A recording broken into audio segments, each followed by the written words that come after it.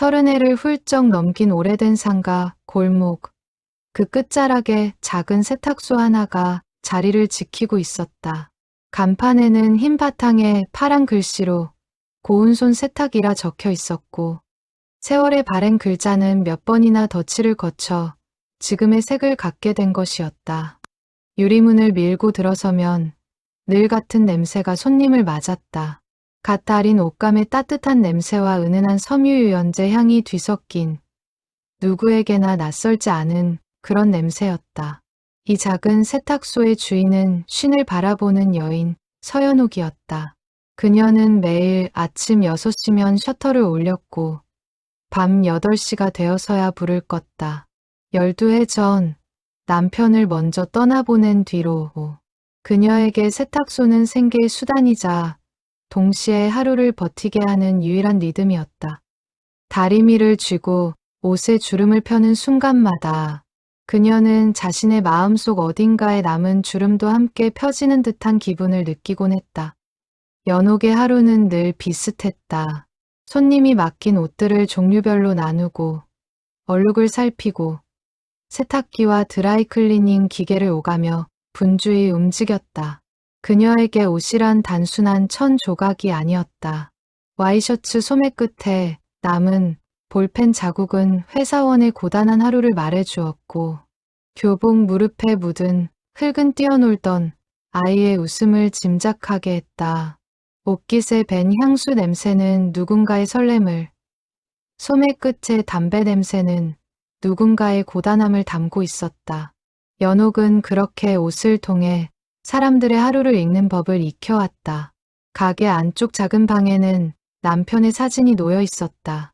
특별한 종교가 없이도 그녀는 매일 아침 그 사진 앞에 잠시 멈춰 섰다. 그것은 기도라기보다는 습관에 가까운 인사였다. 오늘도 다녀올게요.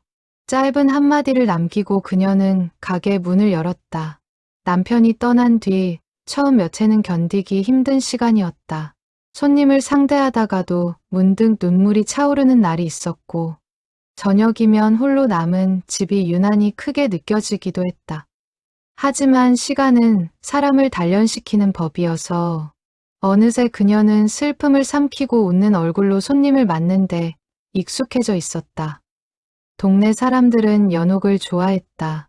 그녀는 손이 야무졌고 옷을 다루는 솜씨가 좋아서 아무리 오래된 얼룩도 웬만하면 지원했다. 손님들은 종종 그녀에게 이런저런 이야기를 털어놓았다. 옷을 맡기고 찾아가는 그 짧은 시간이 누군가에게는 하루 중 유일한 대화의 순간이기도 했다. 연옥은 그런 이야기들을 조용히 들어주었다.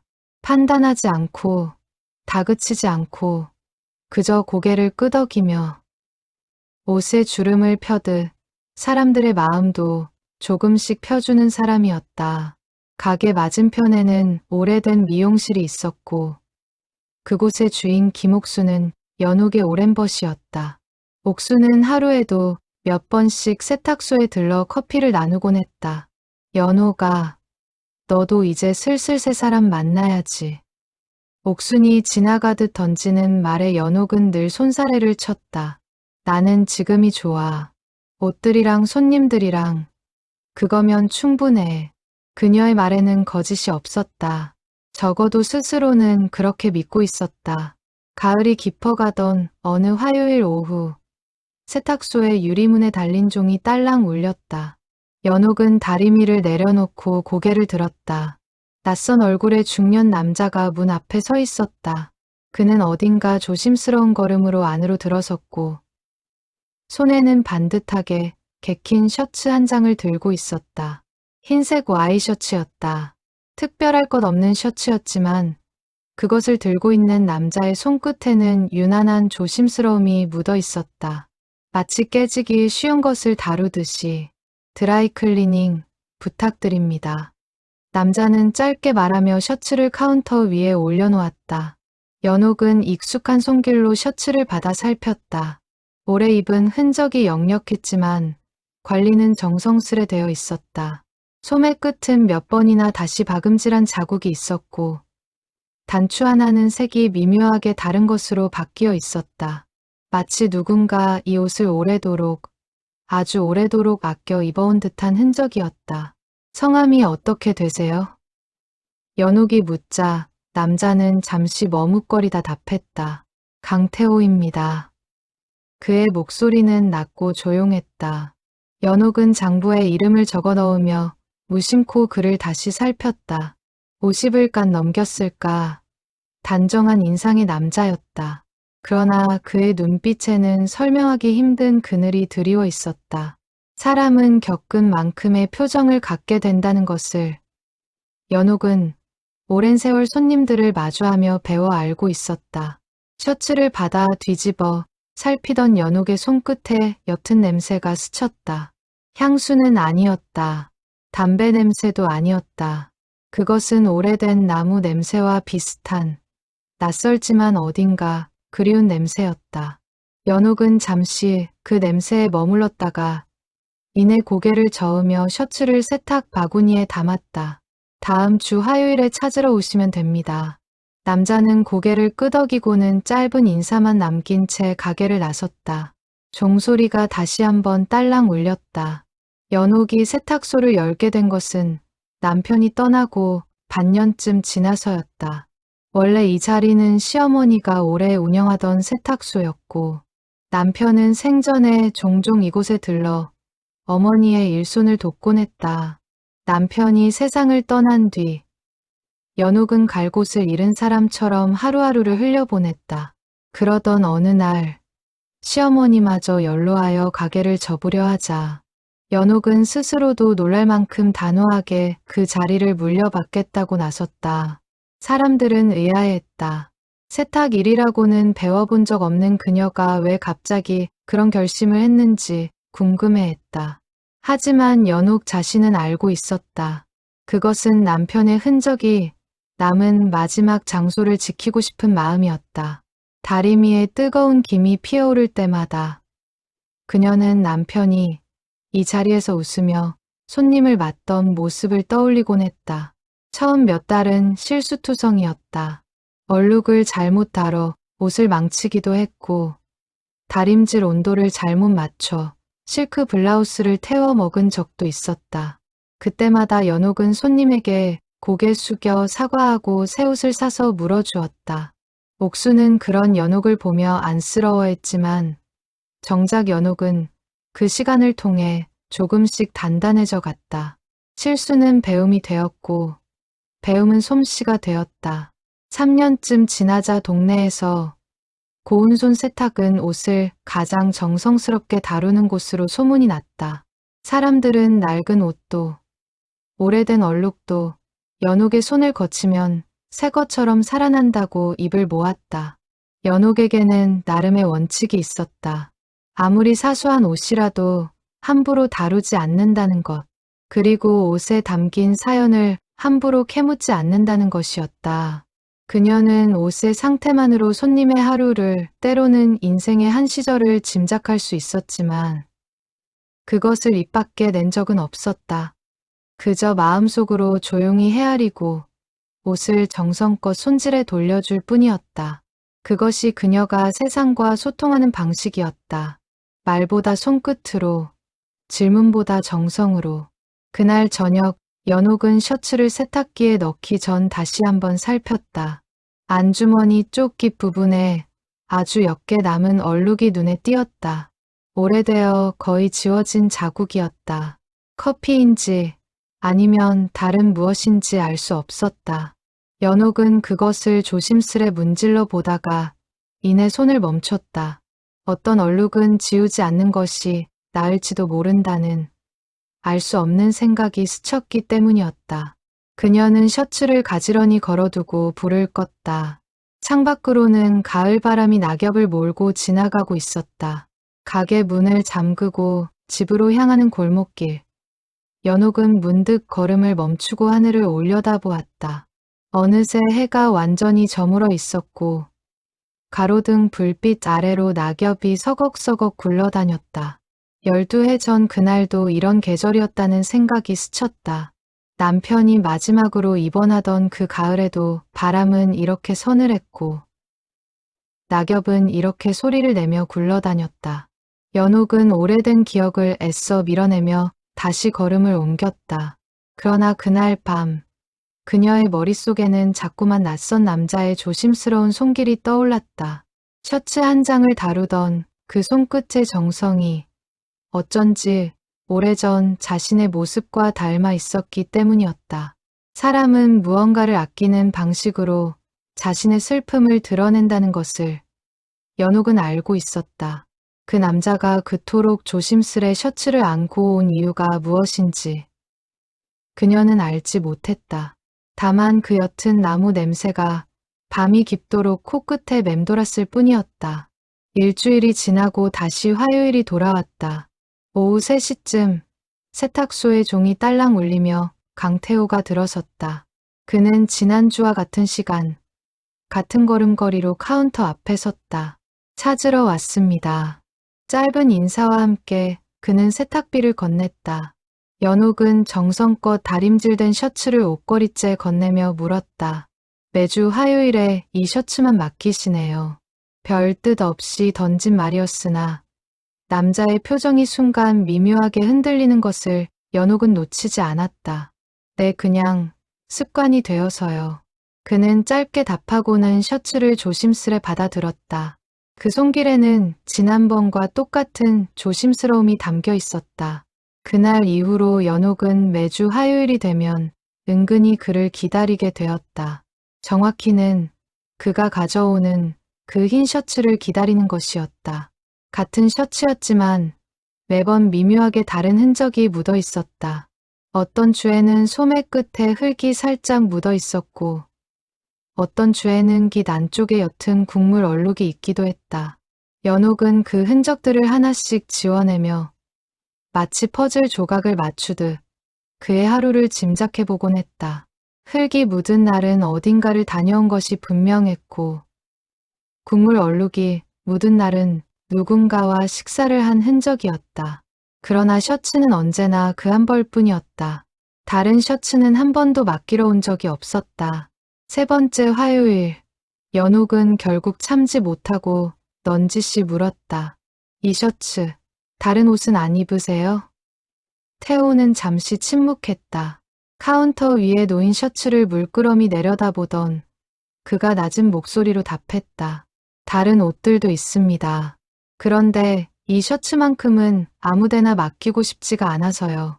그의 대답은 짧았지만 그 안에는 뭔가 깊은 사연이 담겨 있는 듯했다. 연옥은 더 캐묻지 않았다. 대신 조용히 고개를 끄덕이며 셔츠를 받아 들었다. 손끝에 닿는 옷감은 이제 제법 낡아 있었다. 여러 번의 세탁을 거친 흔적이 역력했지만 그럼에도 불구하고 옷의 형태는 놀라울 만큼 단정하게 유지되고 있었다. 누군가 이 옷을 정말로 오래도록 아껴온 것이 분명했다. 그날 밤 연옥은 셔츠의 안쪽 라벨을 우연히 들여다보게 되었다. 세탁 방법을 적어둔 라벨 옆에 아주 작은 글씨로 무언가가 수놓아져 있었다. 오래되어 실이 조금 풀렸지만 자세히 보니 이니셜 같았다. 흐샤흐. 누군가의 이름 초성인 듯했다. 강태호의 이름과는 맞지 않는 초성이었다.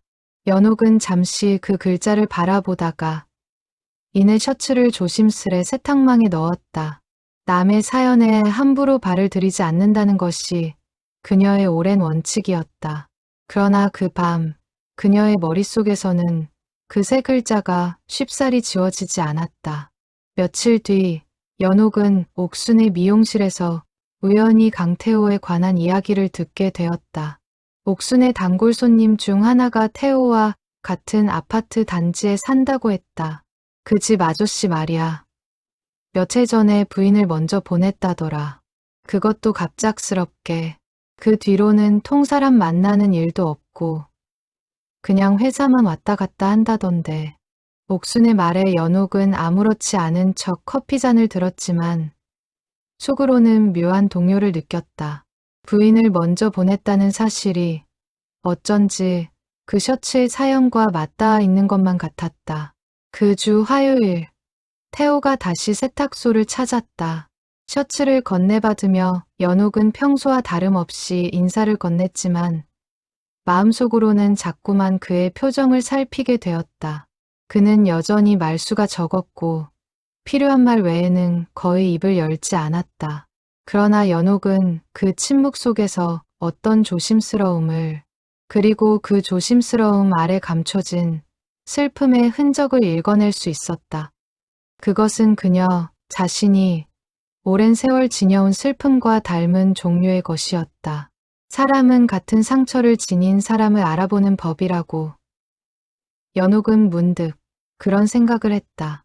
가을이 점점 깊어가면서 세탁소 앞 은행나무의 잎도 하나둘 노랗게 물들어갔다. 태호는 여전히 화요일마다 같은 시간, 같은 걸음으로 가게를 찾았다. 그리고 그때마다 연옥은 그 셔츠를 받아들며 아주 조금씩 그의 삶의 조각들을 알아가고 있었다. 직접 묻지 않아도 옷은 많은 것을 말해주었다. 소매의 마모 정도로 그가 왼손잡이라는 것을 알았고, 단추를 다는 방식으로 그가 손재주가 좋은 사람이라는 것도 짐작했다. 그리고 무엇보다 그 셔츠를 다루는 그의 손끝에서 연옥은 한 가지를 분명히 느낄 수 있었다. 그것은 사랑이었다. 이미 곁에 없는 누군가를 향한 여전히 식지 않은 사랑. 연옥은 그런 그를 바라보며 묘한 동질감을 느꼈다. 그녀 역시 남편을 떠나보낸 뒤로 오랫동안 비슷한 마음으로 살아왔다. 남편이 즐겨 입던 낡은 카디건을 몇 해가 지나도록 옷장 한편에 걸어두었고, 계절이 바뀔 때마다 꺼내어 냄새를 맡곤 했다. 옷에서는 이미 오래전에 그의 채취가 사라졌지만 그녀는 여전히 그 옷에서 무언가를 찾으려 했다. 그것은 어리석은 일인 줄 알면서도 그만둘 수 없는 습관이었다. 그래서였을까? 태호가 그 낡은 셔츠를 안고 오는 모습을 볼 때마다 연옥의 마음 한구석이 저릿하게 아려왔다. 마치 거울을 보는 것 같았다.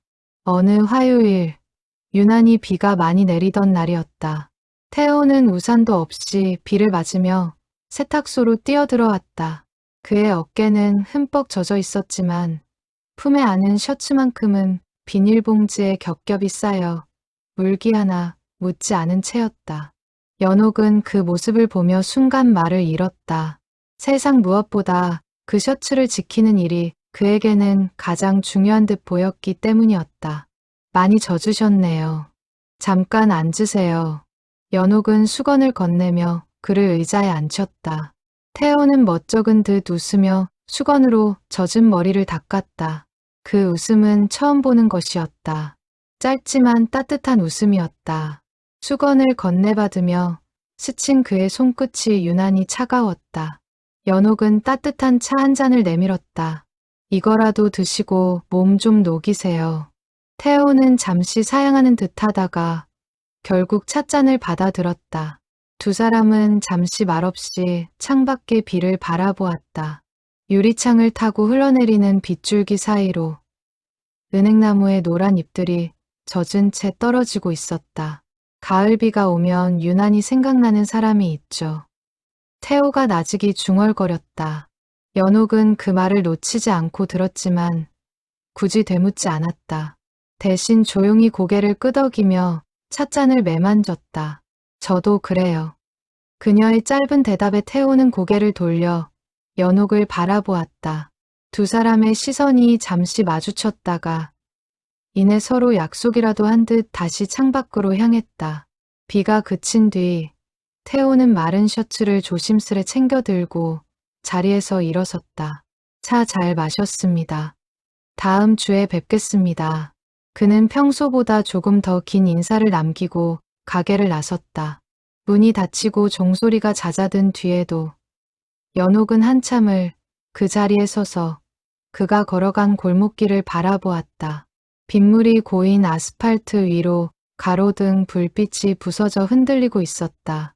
그날 밤 연옥은 오랜만에 남편의 카디건을 꺼내보지 않았다. 대신 가게 문을 닫으며 조용히 혼잣말을 했다. 사람 마음이라는 게 참 이상하지. 그녀는 스스로도 이해하기 힘든 감정의 결을 느끼며 집으로 향했다. 12해 동안 단단하게 여며두었던 마음의 매듭한 가닥이 아주 조금씩 풀리기 시작하고 있었다. 그것이 두려운 일인지 반가운 일인지 그녀 자신도 아직은 알 수 없었다. 다만 한 가지는 분명했다.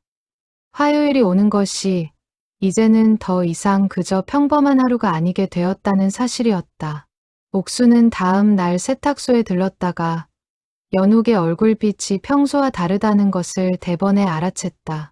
너 무슨 좋은 일 있었어? 옥순의 물음에 연옥은 괜히 다리미를 만지작거리며 딴청을 피웠다. 무슨 좋은 일은 그냥 손님이 좀 많았지. 그러나 옥순의 눈은 오랜 벗을 속일 만큼 무디지 않았다. 연옥아, 너 표정이 꼭 봄바람 맞은 사람 같다. 옥순의 장난스러운 한마디에 연옥은 얼굴을 붉히며 손사래를 쳤다. 하지만 그날 저녁 홀로 가게 문을 닫으며 그녀는 자신의 마음속에서 무언가가 조금씩 움트고 있음을 부정할 수 없었다. 그것이 무엇인지 이름 붙이기엔 아직 너무 이른 감정이었지만 분명 오래도록 잠들어 있던 것이 다시 깨어나고 있었다. 겨울의 초입, 세탁소, 유리창에 성에가 살짝 끼기 시작할 무렵이었다. 태호는 여전히 화요일마다 가게를 찾았지만 두 사람 사이의 공기는 조금씩 달라져 있었다. 예전에는 필요한 말만 짧게 주고받던 사이였다면 이제는 셔츠를 건네고 받는 그 짧은 순간에도 서로의 안부를 묻는 여유가 생겼다. 요즘 날이 많이 추워졌죠. 네, 감기 조심하세요. 사소한 인사였지만 그 안에는 서로를 향한 작은 관심이 담겨 있었다. 어느 날 연옥은 셔츠의 깃 안쪽에서 낯선 흔적을 발견했다.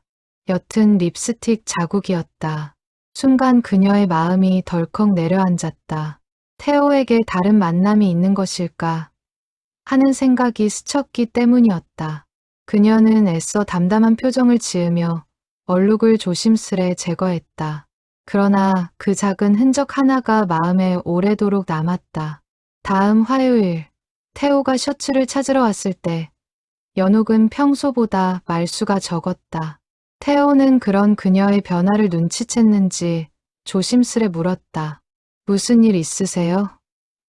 연옥은 순간 망설이다가 결국 참지 못하고 물었다. 저번 셔츠에 립스틱 자국이 있더라고요. 그녀의 목소리에는 애써 감춘 떨림이 묻어 있었다. 태호의 표정이 순간 복잡하게 변했다. 그는 잠시 침묵하다가 낮은 목소리로 답했다. 그건 제 딸아이가 아버지 뺨에 입을 맞춰서 그런 겁니다. 며칠 전이 제 생일이었거든요. 그의 대답에 연옥은 순간 얼굴이 화끈거리는 것을 느꼈다. 괜한 오해를 했다는 부끄러움과 동시에 알 수 없는 안도감이 밀려왔다. 그녀는 그 안도감의 정체를 애써 외면했다. 아, 그러셨군요. 늦었지만 생일 축하드려요. 어색하게 웃으며 건넨 말에 태호도 옅은 미소로 답했다. 그날 이후 연옥은 스스로에게 물었다. 왜 그렇게 마음이 흔들렸을까? 자신은 이미 세상을 떠난 남편을 마음에 품고 사는 사람이었고 태호 역시 마찬가지였다. 그런데 어째서 그의 셔츠에 묻은 립스틱 자국 하나에 그토록 마음이 요동쳤던 것일까? 연옥은 그 답을 알면서도 애써 모른 척했다. 인정하는 순간 무언가 돌이킬 수 없는 감정이 시작될 것만 같았기 때문이었다. 태호에게는 딸이 하나 있었다. 이름은 강지민. 30을 간 넘긴 나이로 이미 독립해 다른 지역에서 살고 있었다. 태호는 딸에 대한 이야기를 할 때면 목소리가 한결 부드러워졌다. 어릴 때는 아빠 껌딱지였는데 이제는 얼굴 보기도 힘드네요. 그는 씁쓸하게 웃으며 말했다. 연옥은 그 이야기를 들으며 태호의 아내에 대해서도 궁금해졌지만 차마 먼저 묻지는 못했다. 다만 그가 가끔 무심코 내뱉는 말들 속에서 조각조각 짐작할 뿐이었다. 아내가 살아있을 때는 제가 옷 입는 거 하나하나 다 챙겨줬어요. 넥타이 색깔부터 셔츠 긴 모양까지. 어느 날 태호가 불쑥 꺼낸 이야기였다. 연옥은 다림질을 하던 손을 잠시 멈추고 그의 말에 귀를 기울였다. 그 사람 떠나고 나서는 옷 입는 것도 다 서툴러졌어요. 그런데 이 셔츠만큼은 제가 직접 챙기고 싶더라고요. 그의 목소리는 담담했지만 그 안에 담긴 그리움의 무게는 결코 가볍지 않았다. 연옥은 조용히 고개를 끄덕이며 그의 말을 마음에 새겼다. 그 셔츠에 담긴 사연이 무엇인지 이제 조금씩 윤곽이 드러나고 있었다. 그날 밤 연옥은 가게 문을 닫고 홀로 앉아 오래도록 생각에 잠겼다. 태호라는 사람이, 그리고 그가 품고 있는 슬픔이 자꾸만 마음에 걸렸다. 동시에 그녀는 스스로에게 솔직해지기로 했다. 자신도 모르는 사이 화요일을 기다리는 마음이 단순한 이웃의 정을 넘어서고 있다는 것을. 그것은 두려운 깨달음이었다. 12해 동안 굳게 닫아두었던 마음의 문이 조금씩 열리고 있다는 사실이 낯설고도 서툴렀다.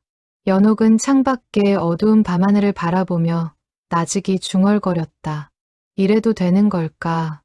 그 물음에 답해줄 사람은 아무도 없었지만 그녀의 마음은 이미 조금씩 답을 향해 걸어가고 있었다. 다음 날 아침, 연옥은 평소보다 일찍 가게 문을 열었다. 겨울 초입의 찬 공기가 세탁소 안으로 훅 밀려들었다. 그녀는 다리미를 예열하며 어젯밤의 생각들을 다시 곱씹었다. 사람의 마음이란 참으로 알 수 없는 것이었다.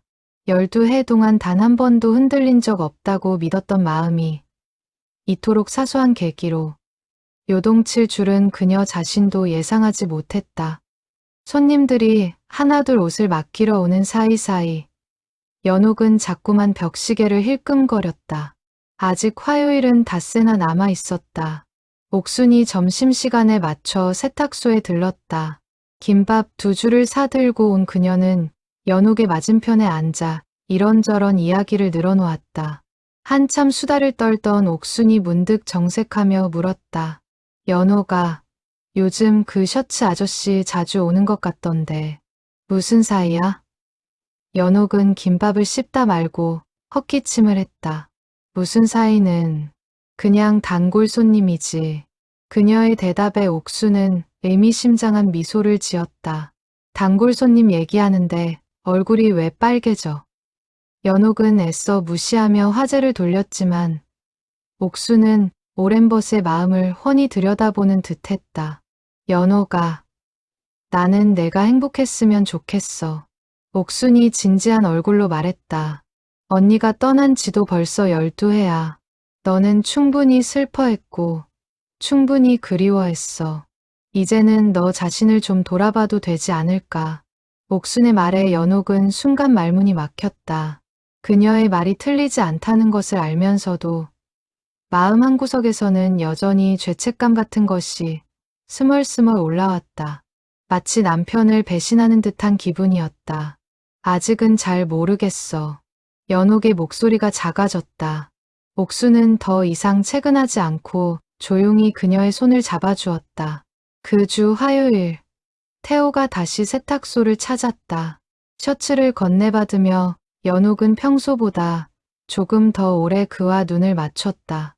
태호 역시 그것을 느꼈는지 평소와 달리 자리를 쉽사리 떠나지 못하고 카운터 앞에서 머뭇거렸다. 저 실례가 안 된다면 그가 어렵게 입을 뗐다. 다음에 시간 되실 때 저녁 식사라도 함께 하시겠어요? 뜻밖의 제안에 연옥은 순간 심장이 크게 뛰는 것을 느꼈다. 오랫동안 잊고 지냈던 그 설렘이라는 감정이 너무나 낯설고도 생생하게 되살아나고 있었다. 연옥은 잠시 아무 말도 하지 못했다. 머릿속에서는 수많은 생각이 교차했다. 남편의 얼굴이 떠올랐고 12해 동안 지켜온 그리움의 무게가 떠올랐다. 동시에 지금 눈앞에 서 있는 이 남자의 조심스러운 눈빛도 함께 보였다. 태호는 그녀의 침묵이 길어지자 서둘러 말을 덧붙였다. 부담스러우시면 괜찮습니다. 그냥 오래도록 누군가와 편하게 밥 한 끼 먹어본 적이 없어서요. 그의 목소리에는 쓸쓸함이 묻어났다. 연옥은 그 쓸쓸함이 자신의 것과 다르지 않다는 것을 느꼈다. 네, 좋아요. 마침내 연옥이 답했다. 스스로도 놀랄 만큼 담담한 목소리였다. 태호의 얼굴에 옅은 안도와 반가움이 스쳤다. 그럼 이번 주 금요일 저녁은 어떠세요? 그의 물음에 연옥은 고개를 끄덕였다. 두 사람은 그렇게 짧은 약속을 나누고 헤어졌다. 그가 가게를 나선 뒤에도 연옥은 한참 동안 카운터에 서서 방금 있었던 일을 되새겼다.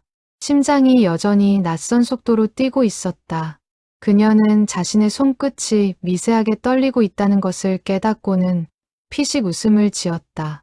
마치 첫사랑을 시작하는 소녀가 된 기분이었다. 창밖으로 겨울의 첫눈이 조용히 흩날리기 시작하고 있었다. 그날 밤 연옥은 오랜만에 옷장 깊숙이 넣어두었던 낡은 카디건을 꺼내 보았다. 남편의 채취는 이미 오래전에 사라지고 없었지만 그녀는 여전히 그 옷을 가만히 안아보았다. 나 저녁 약속이 생겼어요.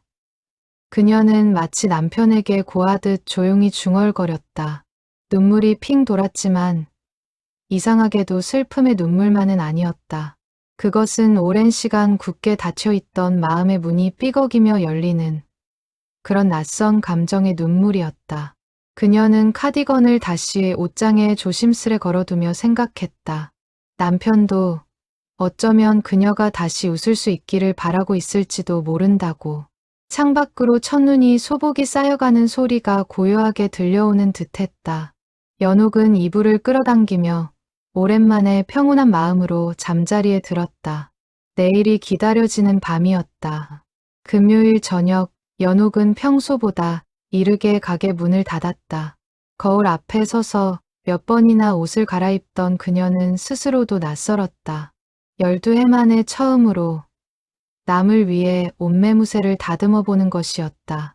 결국 은은한 베이지색 코트를 골라 입고 집을 나섰다. 약속 장소는 동네에서 조금 떨어진 작은 백반집이었다. 화려한 곳도 부담스러운 곳도 아닌 태호가 조심스레 골랐을 그 장소가 연옥에게는 오히려 편안하게 느껴졌다. 태호는 이미 자리에 앉아 그녀를 기다리고 있었다. 평소 세탁소에서 보던 것과는 조금 다른 단정한 셔츠 차림이었다. 연옥이 들어서자 그는 자리에서 일어나 어색하게 인사를 건넸다.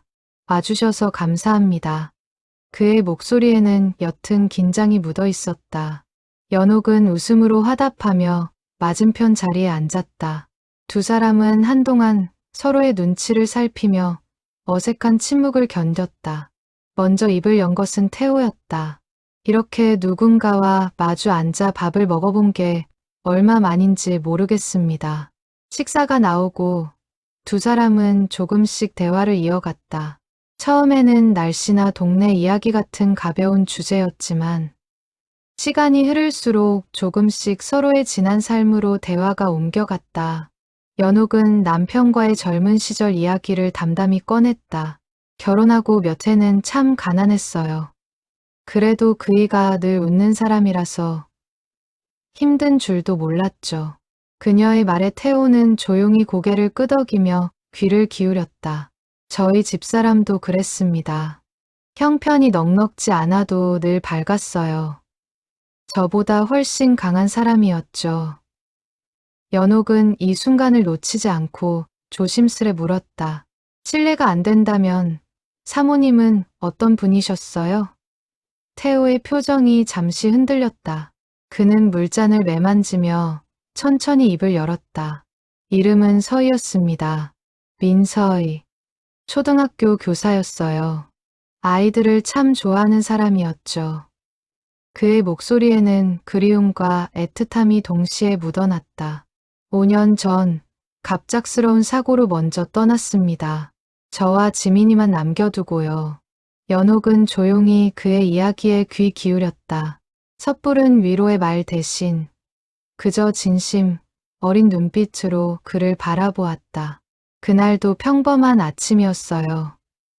출근길에 사고가 났고 저는 그날 아침 서희가 다려준 셔츠를 입고 있었습니다. 태호의 목소리가 가늘게 떨렸다. 연옥은 순간 숨을 죽였다. 셔츠에 대한 이야기가 나올 것을 예감했기 때문이었다. 그 셔츠가 제가 매주 맡기는 그 셔츠입니다. 서희가 마지막으로 다려준 옷이에요. 그날 이후로 저는 그 옷을 다른 사람에게 함부로 맡길 수가 없었습니다. 아무 세탁소나 갈 수가 없었어요. 어쩐지 그 사람의 마지막 손길이 아직 남아있는 것 같아서요. 그의 눈시울이 붉어졌다. 연옥은 그 순간 왜 그가 그토록 조심스레 셔츠를 안고 오는지, 왜 그토록 정성스레 다뤄달라 부탁하는지 비로소 완전히 이해할 수 있었다. 그런데 신기하게도 태호가 말을 이었다. 이 세탁소에 처음 왔던 날 사장님이 그 셔츠를 받아드는 손길을 보고 마음이 놓였습니다. 함부로 다루지 않을 사람이라는 게 느껴졌어요. 그의 말에 연옥의 눈시울도 뜨거워졌다. 그녀는 자신이 무의식 중에 그 셔츠를 얼마나 조심스럽게 다뤄왔는지 새삼 깨달았다. 그것은 어쩌면 옷에 담긴 사람의 마음까지 함께 다루고 싶었던 그녀 자신의 오랜 본능이었을지도 몰랐다. 저는 아직도 잘 모르겠습니다. 태호가 고개를 숙이며 말했다. 이렇게 다른 사람과 마주 앉아 웃고 이야기하는 게 서희에게 미안한 일은 아닐까 하고요. 연옥은 그 말에 깊이 공감했다. 자신도 똑같은 죄책감을 안고 살아왔기 때문이었다. 저도 그래요. 그녀가 조용히 답했다. 그런데 요즘 들어 이런 생각이 들어요. 우리가 행복해지는 게 어쩌면 먼저 떠난 사람들이 가장 바라는 일일지도 모른다고요. 그녀의 말에 태호는 잠시 말을 잃은 듯 그녀를 바라보았다. 식당 안에는 두 사람 사이의 조용한 공간만이 흐르고 있었다. 식사를 마치고 나온 두 사람은 나란히 걸으며 밤거리를 걸었다. 첫눈이 소복이 쌓인 길 위로 두 사람의 발자국이 나란히 이어졌다. 별다른 말은 없었지만 그 침묵조차 편안했다. 헤어지는 길목에서 태호가 조심스레 입을 열었다. 오늘 정말 고마웠습니다. 다음에 또 이런 시간을 가질 수 있을까요? 연옥은 잠시 망설이다가 옅게 웃으며 고개를 끄덕였다. 네, 그래요. 두 사람은 서로에게 가벼운 목례를 남기고 각자의 길로 돌아섰다. 연옥은 집으로 걸어가는 내내 가슴 한켠이 따뜻하게 데워지는 것을 느꼈다. 오랫동안 잊고 지냈던 감정이었다. 이튿날 아침, 연옥은 평소보다 늦게 잠에서 깼다. 창으로 스며드는 겨울 햇살이 유난히 밝게 느껴졌다. 그녀는 잠시 이불 속에 누운 채로 어젯밤의 일들을 되짚어 보았다. 태호의 목소리, 그의 조심스러운 손짓, 그리고 무엇보다 그가 들려준 아내에 대한 이야기가 마음속에 오래도록 머물렀다. 민서희라는 이름을 되뇌며 연옥은 한 번도 만난 적 없는 그 여인에게 묘한 존경심을 느꼈다. 누군가에게 그토록 오래도록, 그토록 깊이 사랑받았던 사람이라니. 그리고 동시에 그런 사랑을 간직한 채 살아가는 태호라는 사람의 마음결이 새삼 애틋하게 다가왔다. 가게 문을 열자마자 옥순이 헐레벌떡 뛰어들어왔다. 어제 어떻게 됐어? 응, 궁금해 죽겠어. 그녀의 성화에 연옥은 피식 웃으며 어젯밤의 일을 짧게 들려주었다. 옥수는 이야기를 들으며 연신 고개를 끄덕이다가 태호의 아내 이야기에 이르러서는 눈시울을 붉혔다. 저런 그런 사연이 있었구나. 그 아저씨도 참 마음고생이 심했겠다. 옥수는 잠시 생각에 잠기더니 연옥의 손을 꼭 잡았다. 연옥아, 너무 조심스러워하지 마. 두 사람 다 이미 충분히 아팠잖아. 이제는 서로 위로가 되어줄 때도 됐어. 옥순의 말이 옳다는 것을 알면서도 연옥의 마음 한구석에는 여전히 작은 두려움이 자리하고 있었다. 그것은 다시 누군가를 사랑하게 되었을 때 언젠가 또다시 이별을 마주해야 할지도 모른다는 두려움이었다. 사랑이 깊을수록 이별의 아픔도 깊다는 것을 그녀는 이미 뼈저리게 알고 있었다. 그럼에도 불구하고 태호를 향한 마음은 자꾸만 조금씩 자라나고 있었다. 마치 겨울 땅 밑에서 조용히 움트는 새싹처럼 그것은 멈추려 해도 멈춰지지 않는 자연스러운 흐름이었다. 그 주 내내 연옥은 평소와 다름없이 가게를 운영했다. 하지만 손님을 대하는 그녀의 표정에는 미묘한 생기가 돌기 시작했다. 다림질을 하면서도 콧노래를 흥얼거리는 날이 늘었고 거울을 보는 시간도 조금씩 길어졌다. 사람들은 그런 그녀의 변화를 눈치채지 못했지만 오랜 버신 옥순만큼은 그 미묘한 차이를 정확히 읽어내고 있었다. 연옥이 요즘 참 예뻐졌다. 옥수는 종종 그렇게 중얼거리며 흐뭇한 미소를 지었다. 다음 화요일, 태호가 다시 셔츠를 맡기러 왔다. 지난번 저녁 식사 이후 처음 마주하는 자리라 두 사람 모두 조금은 어색해했지만 그 어색함 속에는 분명한 반가움이 섞여 있었다. 저번에 감사했습니다. 태호가 먼저 인사를 건넸다. 저야말로요. 연옥이 미소로 답했다. 셔츠를 건네받으며 그녀는 새삼 그 옷의 무게를 다르게 느꼈다. 이제는 단순한 세탁물이 아니라 한 사람의 깊은 그리움과 사랑이 담긴 소중한 물건이었다. 그녀는 그 어느 때보다 정성스러운 손길로 셔츠를 받아들었다. 두 사람 사이에는 말로 설명할 수 없는 온기가 조용히 흐르고 있었다. 다음 주에도 또 뵐 수 있을까요? 태호가 문을 나서기 전 조심스레 물었다. 연옥은 잠시 웃음을 참지 못하고 답했다. 화요일마다 오시잖아요. 그녀의 장난스러운 대답에 태호도 소리내어 웃었다. 그것은 처음 듣는 소년 같은 맑은 웃음소리였다. 종소리와 함께 그가 가게를 나서고 연옥은 한참 동안 그 웃음소리의 잔향을 마음속에 담아두었다.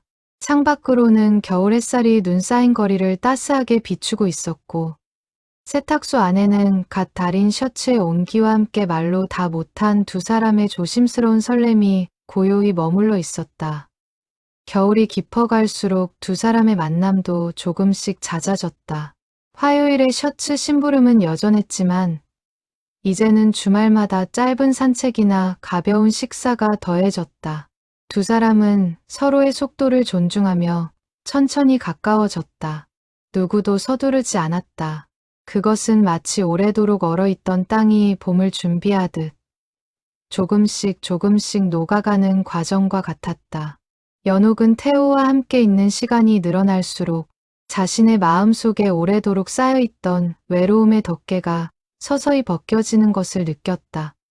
어느 토요일 오후 두 사람은 동네 뒷산의 산책로를 함께 걸었다. 겨울 나무들 사이로 스며드는 햇살이 두 사람의 발치를 비추고 있었다. 태호는 걷다가 문득 걸음을 멈추고 연옥을 바라보았다. 요즘 참 오랜만에 사는 게 즐겁다는 생각을 합니다. 그의 말에 연옥도 고개를 끄덕였다. 저도 그래요. 매일 아침이 조금씩 다르게 느껴져요.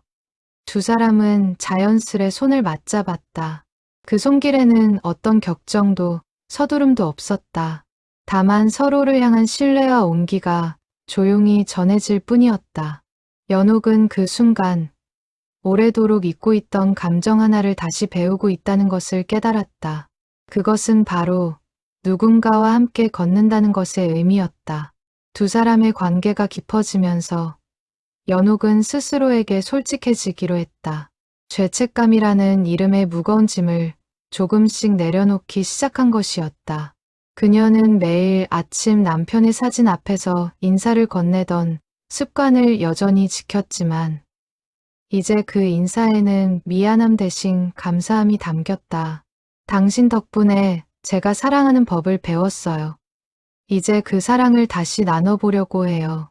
그녀는 사진 속 남편의 웃는 얼굴을 바라보며 조용히 속삭였다. 신기하게도 그 말을 내뱉은 순간 마음이 한결 가벼워지는 것을 느꼈다.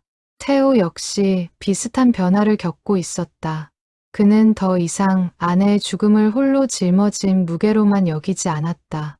대신 그 사랑을 소중한 기억으로 간직한 채 새로운 감정을 향해 조심스레 걸음을 내딛기 시작했다. 그러나 그에게는 한 가지 풀리지 않은 걱정거리가 있었다. 바로 딸 지민이었다. 지민은 어머니의 죽음 이후 아버지를 유난히 챙기며 살아왔다. 그런 딸에게 새로운 사람이 생겼다는 사실을 어떻게 전해야 할지 태호는 오래도록 고민하고 있었다. 그러던 어느 일요일 예기치 못한 일이 벌어졌다. 지민이 갑작스레 아버지의 동네를 방문한 것이었다. 그녀는 아버지에게 줄 반찬을 들고 오랜만에 발걸음을 옮겼다. 그런데 아파트 근처 카페 앞에서 그녀는 낯선 여인과 다정하게 걸어가는 아버지의 모습을 목격하고 말았다. 두 사람은 서로에게 웃으며 무언가 이야기를 나누고 있었고 그 모습은 누가 보아도 다정한 연인의 모습이었다. 지민은 그 자리에 얼어붙은 듯 멈춰섰다. 손에 든 반찬통이 무겁게 느껴졌다. 지민은 그날 아버지에게 다가가지 못한 채 조용히 발걸음을 돌렸다. 집으로 돌아가는 내내 그녀의 머릿속은 복잡한 생각들로 가득 찼다. 어머니에 대한 그리움, 아버지에 대한 서운함, 그리고 알 수 없는 배신감 같은 감정들이 뒤섞여 그녀를 괴롭혔다. 엄마가 돌아가신 지 아직 5년밖에 안 됐는데 아빠는 벌써 저렇게 웃을 수 있는 거야. 그녀는 애써 눈물을 삼키며 지하철에 몸을 실었다. 창밖으로 스쳐가는 풍경들이 유난히 흐릿하게 보였다. 그날 저녁, 태호는 딸에게서 온 짧은 문자 한 통을 받았다. 아빠, 다음 주에 시간 좀 내주세요. 드릴 말씀 있어요. 평소와 다른 딸의 딱딱한 말투에 태호는 왠지 모를 불안감을 느꼈다. 그는 문자를 몇 번이나 다시 읽어보며 무슨 일인지 짐작해보려 했지만 쉽사리 답을 찾을 수 없었다. 그날 밤, 그는 오래도록 잠을 이루지 못한 채 뒤척였다. 창밖으로는 겨울바람이 매섭게 불어오고 있었다. 한편 연옥은 아무것도 모른 채 평소와 다름없는 하루를 보내고 있었다. 그녀는 태호와 함께한 산책의 여운을 마음에 담고 콧노래를 흥얼거리며 밀린 세탁물을 정리했다. 다가올 위기를 전혀 예상하지 못한 채 그녀는 그저 오랜만에 찾아온 이 소소한 행복을 온전히 누리고 있을 뿐이었다. 창밖으로 눈발이 다시 흩날리기 시작했다. 그것은 마치 다가올 시련을 예고하는 듯한 고요하지만 서늘한 눈송이들이었다. 그 무렵 연옥의 세탁소에는 오래된 손님 한 분이 새로운 이야기를 들고 찾아왔다. 근처 반찬 가게를 운영하는 최 여사였다. 그녀는 옷을 맡기며 연옥에게 넌지시 물었다. 요즘 세탁소 사장님 얼굴이 참 좋아 보이시네요. 무슨 좋은 일 있으세요? 연옥은 멋쩍게 웃으며 얼버무렸지만 최 여사는 눈치 빠르게 한마디를 덧붙였다. 동네에 소문이 다 났어요. 저 앞 아파트 사시는 호라비 아저씨랑 잘 어울리신다고. 연옥은 순간 얼굴이 붉어졌다. 동네라는 곳은 이토록 작고도 빠른 곳이었다. 좋은 일이든 나쁜 일이든 소문은 순식간에 퍼져나갔다. 연옥은 그 말을 들으며 문득 걱정이 스쳤다. 태호에게 딸이 있다는 것을 알고 있었기에 혹여 이런 소문이 지민의 귀에 먼저 들어갈까 염려되었던 것이다. 그녀는 언젠가는 지민과도 마주해야 할 순간이 올 것이라 예감하고 있었다. 다만 그 순간이 이렇게 갑작스레 다가올 줄은 미처 예상하지 못했다. 며칠 뒤 태호가 여느 때보다 무거운 얼굴로 세탁소를 찾았다. 화요일이 아닌 평일 오후였다. 연옥은 그의 표정만으로도 심상치 않은 일이 있음을 직감했다. 무슨 일 있으세요? 그녀가 조심스레 물었다. 태호는 잠시 망설이다가 나직이 답했다. 지민이가 우리를 본 것 같습니다. 지난 일요일에요. 연옥의 심장이 덜컥 내려앉았다. 그래서 따님이 뭐라고 하셨어요? 아직 직접 이야기는 안 했는데 문자로 만나자고 하네요. 말투가 평소와 많이 달라서 걱정입니다. 태호의 목소리에는 근심이 가득했다. 연옥은 그의 손을 가만히 잡아주었다. 너무 걱정하지 마세요. 따님도 아버지가 행복하길 바라실 거예요. 그녀는 애써 담담하게 위로했지만 사실 그녀 자신의 마음속에도 불안감이 스멀스멀 피어오르고 있었다. 자식의 반대라는 것은 그녀가 미처 예상하지 못했던 또 하나의 시련이었다.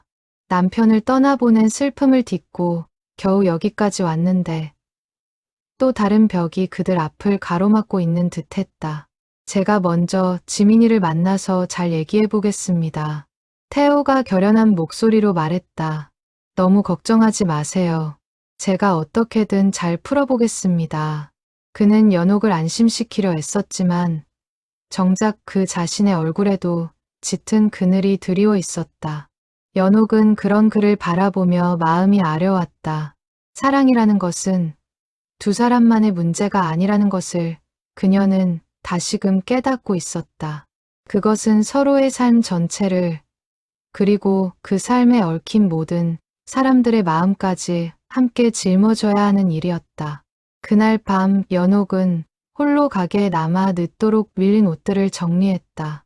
손끝으로 옷감을 매만지며 그녀는 문득 자신의 딸이 없다는 사실이 오히려 다행인지 불행인지 알 수 없다는 생각을 했다.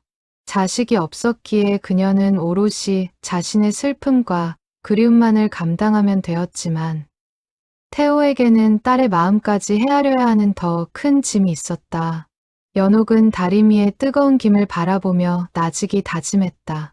어떤 어려움이 닥치더라도 그를 탓하거나 원망하지 않겠다고.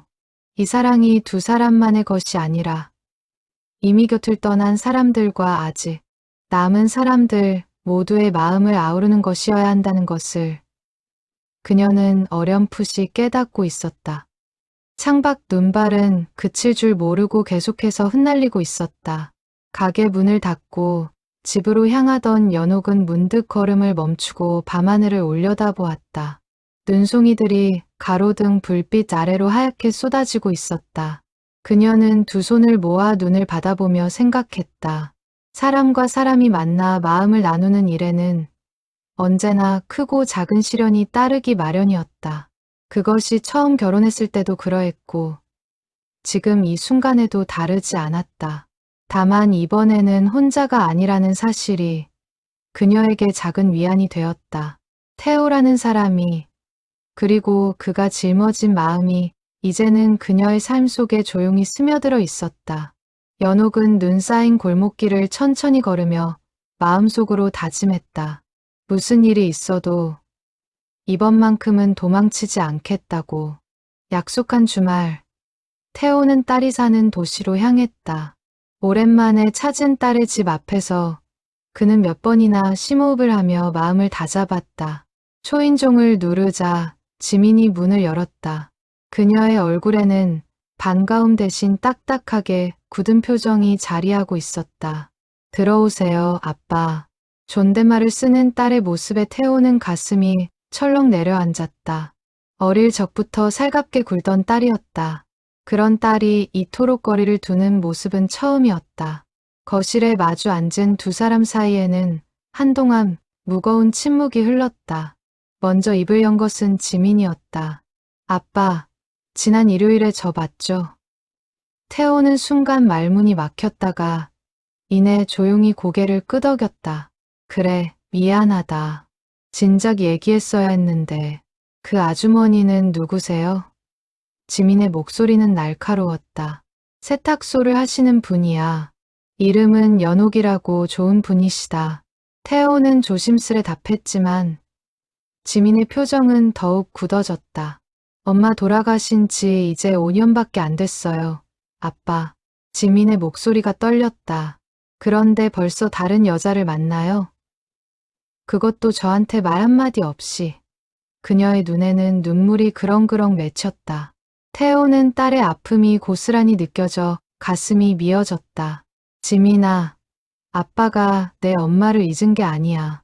절대 그럴 수 없어. 다만 뭐요? 지민이 말을 끊으며 소리쳤다. 다만 외로우셨어요? 그래서 아무나 만나신 거예요? 그녀의 말은 날카로운 화살처럼 태호의 가슴에 꽂혔다. 아무나가 아니야. 태호가 낮지만 단호한 목소리로 말했다. 그 사람도 남편을 먼저 떠나보낸 사람이야. 나만큼이나 오래도록 슬퍼했고, 나만큼이나 조심스러운 사람이야. 그러나 지민은 아버지의 말을 쉽사리 받아들이지 못했다. 저는 이해가 안 돼요. 아빠가 어떻게 그럴 수 있어요. 엄마가 저 세상에서 다 보고 계실 텐데.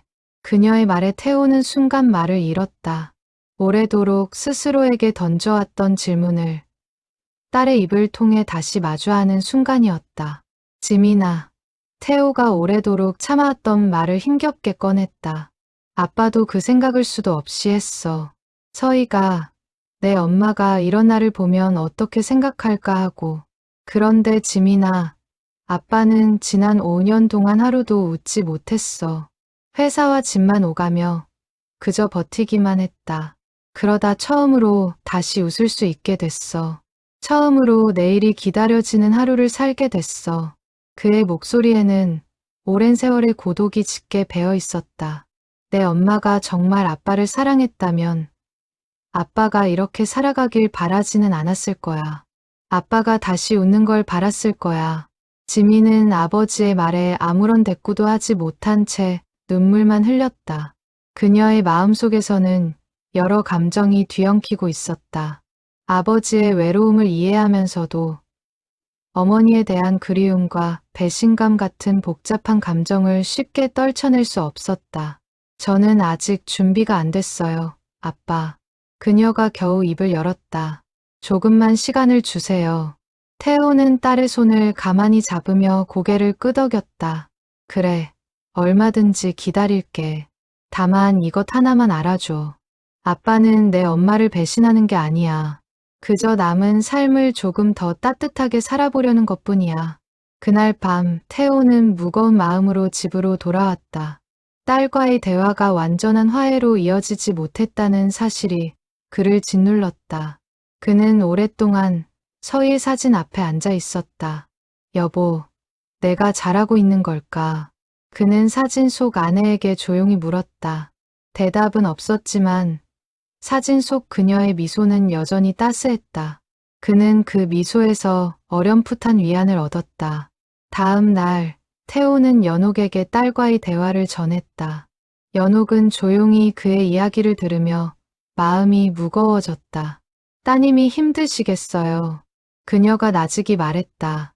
저 때문에 두 분 사이가 불편해진 것 같아 죄송해요. 태호는 고개를 저었다. 연옥 씨 잘못이 아닙니다. 이건 저와 지민이가 함께 풀어가야 할 숙제예요. 그러나 연옥의 마음속에는 이미 깊은 자책감이 자리 잡고 있었다. 그녀는 태호의 딸이 겪고 있을 아픔이 자신이 겪었던 그것과 다르지 않다는 것을 알고 있었기에 더욱 마음이 무거웠다. 그날 저녁 연옥은 홀로 가게 문을 닫으며 오랜만에 남편과의 결혼 초기를 떠올렸다. 그녀에게는 자식이 없었지만 시어머니가 살아계셨을 적에 비슷한 감정을 겪은 적이 있었다. 시어머니는 처음에는 며느리를 온전히 받아들이지 못했었다. 아들을 다른 여자에게 빼앗긴다는 서운함 때문이었을 것이다. 그러나 시간이 흐르면서 시어머니는 연옥을 진짜 딸처럼 아껴주게 되었다. 그 기억을 떠올리며 연옥은 작은 희망을 품었다. 지민의 마음도 언젠가는 눈 녹듯 풀릴지 모른다고. 하지만 희망과는 별개로 연옥은 스스로에게 냉정한 질문을 던졌다. 자신이 이 관계를 계속 이어가는 것이 과연 옳은 일일까? 태호와 딸 사이에 균열을 만든 것이 자신이라는 죄책감이 그녀를 짓눌렀다. 그녀는 다리미를 정리하며 오래도록 생각에 잠겼다. 사랑이라는 감정이 이렇게 많은 사람들의 마음에 파장을 일으킬 줄은 미처 예상하지 못했다. 그것은 달콤하면서도 동시에 무거운 책임을 동반하는 감정이었다. 며칠 후 옥순이 걱정스러운 얼굴로 세탁소에 들렀다. 연호가 표정이 왜 그래? 무슨 일 있어? 연옥은 그동안의 일을 옥순에게 털어놓았다. 이야기를 듣던 옥순은 단호하게 말했다. 연옥아, 자식 마음 이해 못하는 거 아니야. 그런데 너희 두 사람이 잘못한 건 하나도 없어. 시간이 필요한 거야. 사람 마음이라는 게 하루아침에 바뀌지는 않잖아. 옥순의 말에 연옥은 조금이나마 위안을 얻었지만 마음 한구석의 무거움은 쉽사리 가시지 않았다. 창밖으로는 겨울바람이 매섭게 불어오고 있었고 세탁소 안 공기도 어쩐지 평소보다 차갑게 느껴졌다. 그 주 화요일 태호는 여느 때처럼 셔츠를 맡기러 왔지만 표정이 한층 지쳐 보였다. 지민이한테서 연락이 없어요. 그가 힘없이 말했다.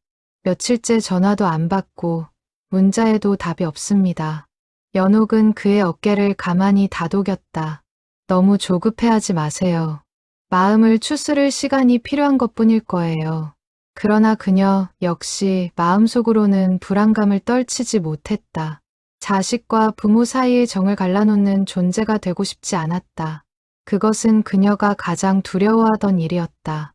그날 밤 연옥은 잠자리에 들기 전 오래도록 고민했다. 이대로 태호와의 관계를 계속 이어가는 것이 맞는 일인지 아니면 잠시 거리를 두어야 하는 것인지 갈피를 잡을 수 없었다. 그녀는 자신의 행복을 위해 다른 사람의 아픔을 외면할 수는 없다고 생각했다. 하지만 동시에 이 감정을 쉽게 포기하고 싶지도 않았다. 12해 만에 처음으로 되찾은 삶의 온기를 그녀는 놓치고 싶지 않았다. 창밖의 겨울바람 소리를 들으며 연옥은 뒤척이는 밤을 보냈다. 답을 찾지 못한 질문들이 그녀의 머릿속을 계속해서 맴돌았다. 이튿날 아침, 연옥은 평소보다 일찍 눈을 떴다.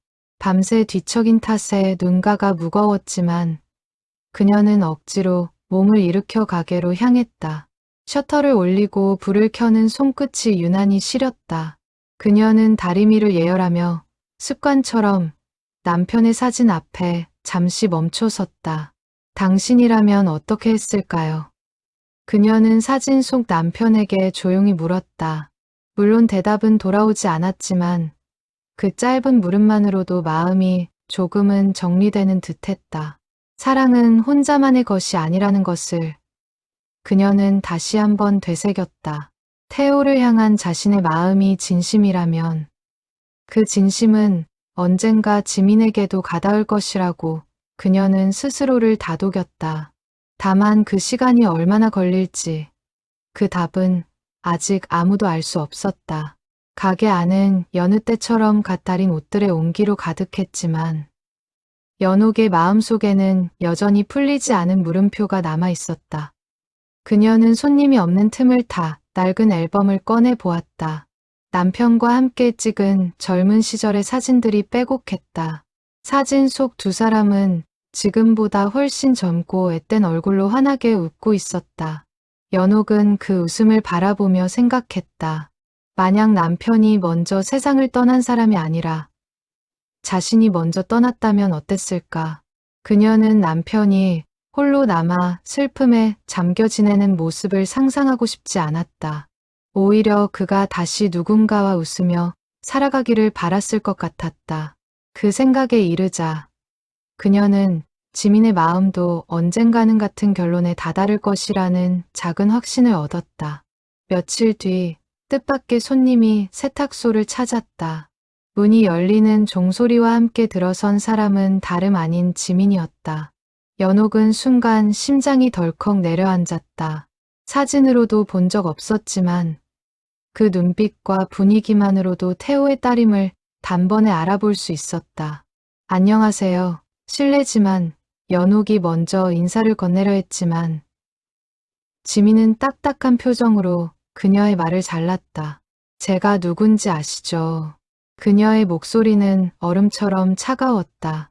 연옥은 조용히 고개를 끄덕이며 카운터 밖으로 나와 지민과 마주섰다. 네, 지민 씨 맞으시죠? 이렇게 뵙게 되어 인사는 됐고요. 지민이 다시 그녀의 말을 끊었다. 아주머니께 드릴 말씀이 있어서 왔어요. 연옥은 조용히 다음 말을 기다렸다. 지민의 눈에는 억눌러 온 감정이 그렁그렁 맺혀 있었다.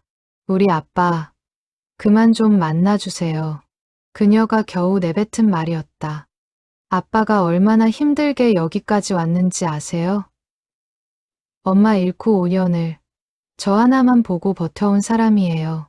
그런데 갑자기 아주머니가 나타나서 아빠 마음을 흔들어 놓으시니까. 지민 씨, 연옥이 조심스레 입을 열었다.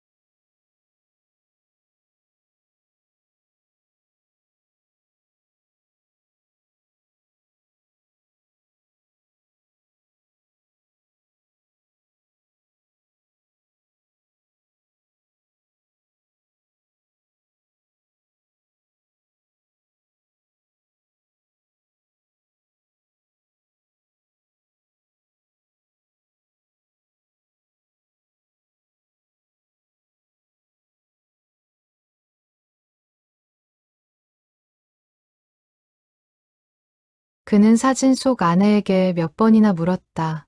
대답 없는 사진은 여전히 온화한 미소만을 짓고 있을 뿐이었다. 그는 딸의 마음을 상하게 하고 싶지 않았지만 동시에 연옥을 향한 마음도 쉽사리 접을 수 없었다. 그 사이에서 그는 매일 밤 갈피를 잡지 못한 채 뒤척였다. 지민은 아버지에게 다시 연락을 시작했지만 예전처럼 편안한 대화는 아니었다. 그녀는 아버지의 안부를 물으면서도 연옥에 대한 이야기는 애써 피했다. 태호 역시 딸의 눈치를 살피며 그 이름을 입 밖에 내지 않았다. 그렇게 부녀는 어색한 평화를 유지하고 있었지만 그 평화 아래에는 여전히 풀리지 않은 앙금이 자리하고 있었다. 지민은 종종 아버지의 목소리에서 예전의 생기가 사라졌음을 느꼈다. 그것이 자신 때문이라는 것을 그녀도 어렴풋이 알고 있었지만 쉽사리 마음을 바꾸지 못했다. 어느 날 지민은 우연히 아버지의 집을 정리하다가 오래된 서랍 속에서 낡은 일기장을 발견했다. 그것은 어머니 서희가 생전에 쓰던 일기장이었다. 지민은 조심스레 일기장을 펼쳤다. 빛바랜 종이 위에 어머니의 정갈한 글씨가 빼곡히 적혀 있었다. 그녀는 한 장 한 장 넘기며 어머니의 마음을 다시 마주했다. 그러다 어느 페이지에서 지민은 뜻밖의 구절과 마주하고 말았다. 만약 내게 무슨 일이 생기더라도 그이가 너무 오래 슬퍼하지 않았으면 좋겠다. 지민이도 그이도 나 없이도 웃을 수 있는 날이 오기를. 사랑하는 사람을 잃었다고 해서 다시 사랑할 자격까지 잃는 건 아니라고 나는 믿는다. 지민은 그 구절을 읽으며 눈물을 참을 수 없었다. 어머니의 진심이 고스란히 담긴 그 글귀 앞에서 그녀는 그동안 자신이 얼마나 좁은 마음으로 아버지를 대해왔는지 깨달았다. 어머니는 이미 오래전부터 아버지가 다시 행복해지기를 바라고 있었던 것이다.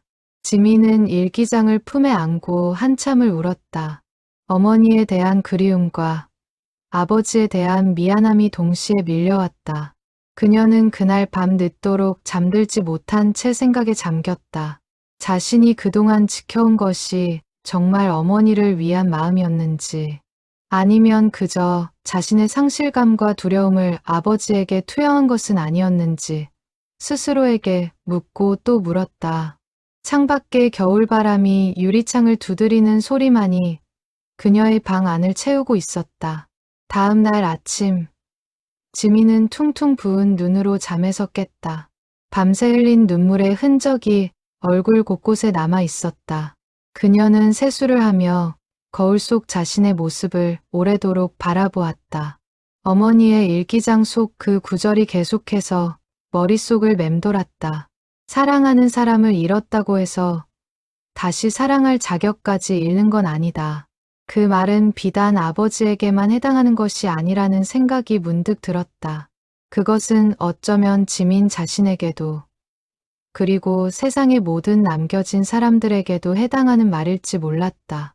그날 이후 지민은 조금씩 달라지기 시작했다. 그녀는 아버지에게 전화를 걸어 예전보다 조금 더 부드러운 목소리로 안부를 물었다. 아빠, 식사는 잘 챙겨 드세요. 태호는 딸의 목소리에서 미묘한 변화를 느꼈지만 섣불리 기대하지는 않았다. 그저 딸이 조금씩 마음을 열어가고 있다는 것에 감사할 뿐이었다. 그러나 그는 여전히 연옥에 대한 이야기는 꺼내지 못했다. 딸의 마음이 완전히 풀리기 전까지는 그 이름을 함부로 입에 올릴 수 없다고 생각했기 때문이었다. 한편 연옥은 여전히 홀로 그리움을 사귀며 하루하루를 보내고 있었다. 그녀는 태호와의 거리를 유지하면서도 화요일마다 찾아오는 그의 셔츠만큼은 그 어느 때보다 정성스레 다뤘다. 그것이 그녀가 할 수 있는 유일한 애정 표현이었다. 비록 예전처럼 다정한 대화는 나누지 못했지만 옷을 다루는 손끝에 담긴 정성만큼은 조금도 변하지 않았다. 오히려 말로 전할 수 없는 마음을 그녀는 그렇게 옷을 통해 전하고 있었는지도 몰랐다. 크리스마스가 가까워지던 어느 날 옥순이 세탁소에 들러 조심스레 물었다. 연호가 괜찮은 거야? 요즘 통 웃질 않네. 연옥은 애써 미소를 지으며 답했다. 괜찮아. 그냥 시간이 필요한 것뿐이야. 그러나 옥수는 오랜 벗의 마음을 훤히 꿰뚫고 있었다. 너무 오래 참지는 마. 사람 마음이라는 게 억누른다고 사라지는 게 아니잖아. 옥순의 말에 연옥은 씁쓸하게 웃었다. 그녀 역시 그 사실을 잘 알고 있었지만 지금은 그저 묵묵히 견디는 것 외에 달리 방법이 없다고 생각했다. 그날 밤 연옥은 태호가 맡기고 간 셔츠를 다림질하며 오래도록 생각에 잠겼다. 손끝에 닿는 낡은 옷감의 질감이 유난히 애틋하게 느껴졌다. 그녀는 문득 이 옷이 얼마나 많은 사연을 품고 있는지, 그리고 그 사연 속에 이제는 자신의 마음까지 더해졌다는 것을 깨달았다. 다리미가 지나갈 때마다 옅게 피어오르는 온기 속에서 그녀는 태호를 향한 그리움을 조용히 삼켰다. 창밖에는 크리스마스를 앞둔 거리의 불빛들이 반짝이고 있었지만 그녀의 마음속에는 여전히 겨울이 머물러 있었다. 한편 지민은 어머니의 일기장을 몇 번이고 다시 읽으며 마음을 정리해가고 있었다. 그녀는 어릴 적 어머니와 함께 세탁소 앞을 지나던 기억을 떠올렸다. 어머니는 늘 아버지의 옷을 정성스레 챙겼고 아버지도 그런 어머니를 지극히 아꼈다. 그 다정했던 모습이 떠오르자 지민은 새삼 깨달았다. 아버지가 지금 느끼는 외로움이 자신이 상상하는 것보다 훨씬 깊고 오래된 것이었으리라는 것을. 그녀는 천천히, 아주 천천히 마음의 문을 열어가고 있었다. 다만 아직은 그 마음을 아버지에게 직접 전할 용기가 나지 않았을 뿐이었다. 크리스마스 이브, 지민은 홀로 아버지의 집을 찾았다. 함께 저녁을 먹으며 그녀는 조심스레 물었다. 아빠, 요즘도 그 세탁소 가세요? 뜻밖의 질문에 태호는 놀란 눈으로 딸을 바라보았다. 그는 잠시 머뭇거리다 솔직하게 답했다. 그래, 매주 화요일마다 가지. 그런데 이제는 예전처럼 이야기를 나누지는 않아. 그의 목소리에서 묻어나는 쓸쓸함을 지민은 놓치지 않았다. 그녀는 아무 말 없이 아버지의 손을 가만히 잡았다. 오랜만에 느끼는 부녀 간의 따뜻한 온기였다. 지민은 아버지의 손을 잡은 채 조용히 말을 이었다. 아빠, 저 요즘 엄마 생각을 참 많이 해요. 엄마라면 지금 이 상황을 어떻게 생각하실까 하고요. 태호는 딸의 말에 가만히 귀를 기울였다. 저는 아직 답을 잘 모르겠지만 아빠가 너무 힘들어 보이는 건 싫어요. 그녀의 목소리에는 진심이 묻어 있었다. 태호는 딸의 머리를 부드럽게 쓰다듬으며 말했다. 고맙다, 지민아. 천천히 생각해도 괜찮아. 아빠는 언제까지나 기다릴 수 있어. 부녀는 그렇게 오랜만에 마음을 나누며 크리스마스 이브의 밤을 함께 보냈다. 창밖으로는 하얀 눈이 소복이 내리고 있었다. 크리스마스가 지나고 새해가 밝았다. 지민은 그동안 마음속으로 여러 번 되뇌었던 결심을 실행에 옮기기로 했다. 그녀는 아버지 몰래 세탁소를 찾아가기로 마음먹었다. 이번에는 지난번과는 전혀 다른 마음가짐이었다. 세탁소 문 앞에 선 지민은 잠시 심호흡을 하고 안으로 들어섰다. 종소리가 딸랑 울리자 연옥이 놀란 얼굴로 그녀를 바라보았다. 지민 씨, 연옥의 목소리에는 경계심과 반가움이 동시에 묻어 있었다. 죄송해요. 그때는 제가 너무 심했어요. 지민이 먼저 고개를 숙이며 말했다. 연옥은 뜻밖의 사과의 순간 말을 잃었다. 아니에요. 지민 씨 마음 충분히 이해해요. 아니요. 저 정말 죄송했어요. 지민은 눈물을 글썽이며 품에서 낡은 일기장 하나를 꺼내 보였다. 이거 저희 엄마 일기장이에요. 얼마 전에 우연히 발견했는데 여기에 이런 구절이 있었어요. 그녀는 떨리는 목소리로 어머니의 글귀를 읽어 내려갔다. 사랑하는 사람을 잃었다고 해서 다시 사랑할 자격까지 잃는 건 아니라고. 나는 믿는다. 연옥은 그 말을 들으며 눈시울이 뜨거워졌다. 얼굴도 모르는 그 여인의 마음이 이토록 깊고 넓었다는 사실에 가슴이 벅차올랐다. 어머님이 정말 좋은 분이셨네요. 연옥이 떨리는 목소리로 말했다. 지민은 고개를 끄덕이며 눈물을 닦았다. 저는 그동안 엄마를 지킨다는 명목으로 사실은 제 두려움만 앞세웠던 것 같아요. 아빠가 행복해지는 게 무서웠던 거예요. 저 혼자 남겨질까봐, 엄마와의 추억이 흐려질까봐요. 그녀의 고백에 연옥은 조용히 그녀의 손을 잡아주었다. 지민 씨 마음, 이제야 온전히 알 것 같아요. 연옥이 부드럽게 말했다. 저도 처음에는 비슷한 두려움이 있었어요. 남편을 배신하는 건 아닐까, 그 사람을 잊어버리는 건 아닐까 하고요. 그런데 시간이 지나면서 깨달았어요. 사랑했던 사람을 마음에 품고 사는 것과 남은 삶을 다시 사랑하며 사는 것은 서로 다른 문제가 아니라는 걸요. 연옥의 말에 지민은 깊이 공감하며 고개를 끄덕였다. 두 여인은 한동안 말없이 서로의 슬픔과 이해를 나누었다. 세탁소 안에는 따뜻한 다림질 냄새와 함께 오래도록 쌓여있던 오해의 앙금이 서서히 녹아내리고 있었다. 아주머니, 지민이 조심스레 입을 열었다. 저희 아빠 다시 만나주실 수 있으세요? 그녀의 물음에 연옥은 순간 눈물이 왈칵 쏟아졌다. 오랫동안 억눌러왔던 그리움이 한꺼번에 터져나오는 듯했다. 저야말로 그래도 될까요? 그녀가 겨우 답했다. 지민은 고개를 끄덕이며 환하게 웃었다. 처음 보는 진심 어린 미소였다. 아빠가 요즘 얼마나 힘없어 보이는지 몰라요. 저 때문에 그렇게 된 거잖아요. 이제 제가 그 마음 풀어드리고 싶어요. 그날 오후, 지민은 아버지에게 전화를 걸었다. 아빠, 오늘 저녁에 세탁소 좀 가보세요. 셔츠 찾으실 때 됐잖아요.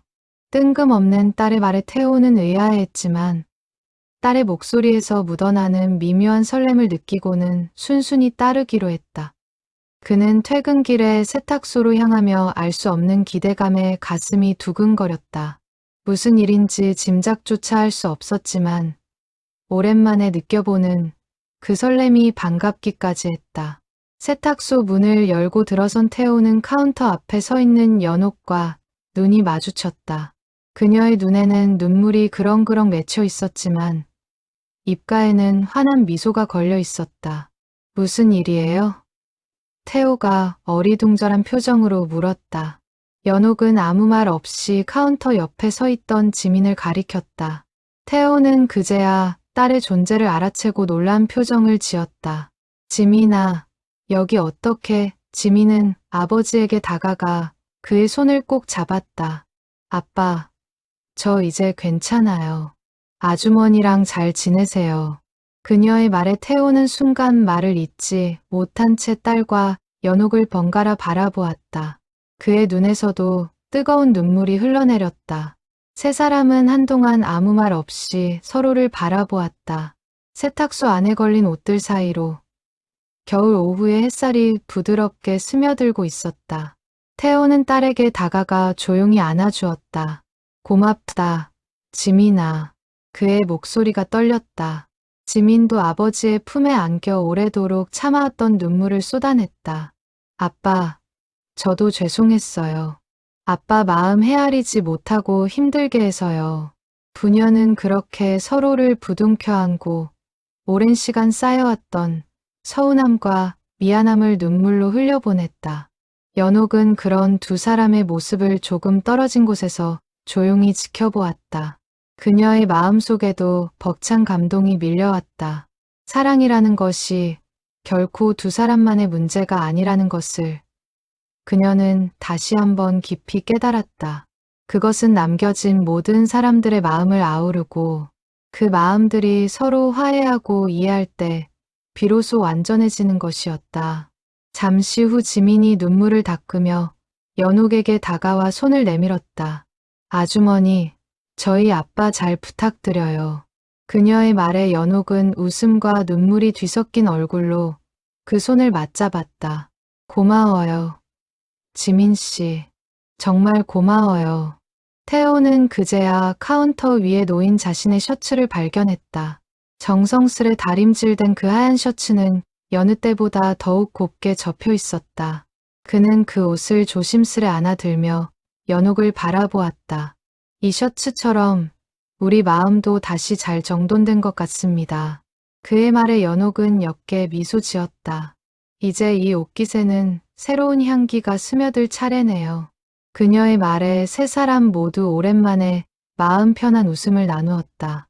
창밖으로는 겨울 끝자락의 햇살이 눈부시게 쏟아지고 있었다. 그날 저녁, 세 사람은 오랜만에 함께 저녁 식사를 했다.